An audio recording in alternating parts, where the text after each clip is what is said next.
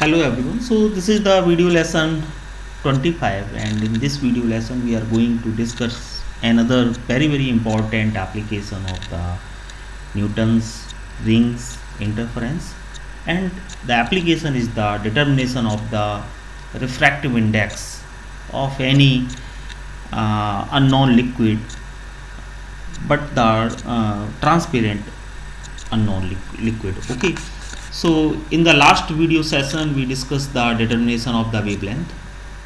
Okay, so this is the setup. Basically setup is same for the both type of the application, and this experiment has two parts.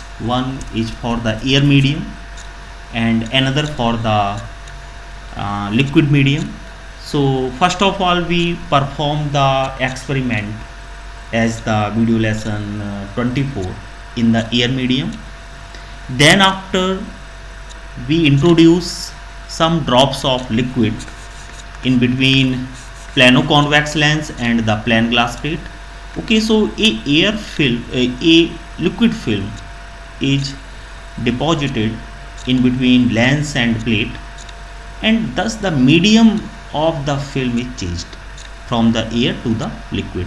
And now the same experiment is repeated in the liquid medium, and in this way we determine the diameters of nth order dark ring or bright ring and the diameters of the n plus pth order dark ring in the both medium.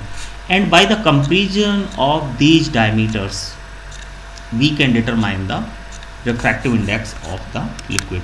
Okay, so as you see in the previous video lesson that the diameters of n plus n and n plus pth dark ring is given by these two formula, and lambda is thus obtained. Okay, and here the Newton ring experiment is first performed by air film by determining the diameters of dn plus p square and dn square. So first of all we perform the experiment in air, okay, as the set A.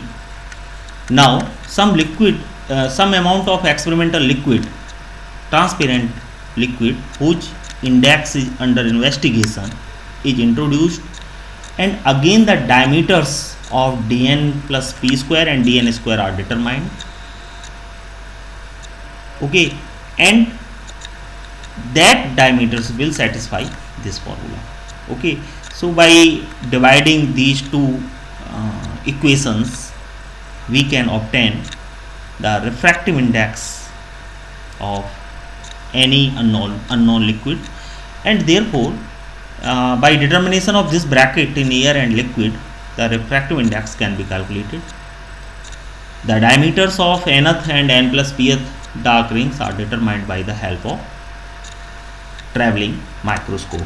Okay, so thus the determination of refractive index of a liquid, first we measure the diameters of the Newton rings when there is a air film between the lens and the plate, and then we measure the diameter of the Newton's ring after inserting a drop of liquid in between the lens and plate, and therefore knowing the diameters of rings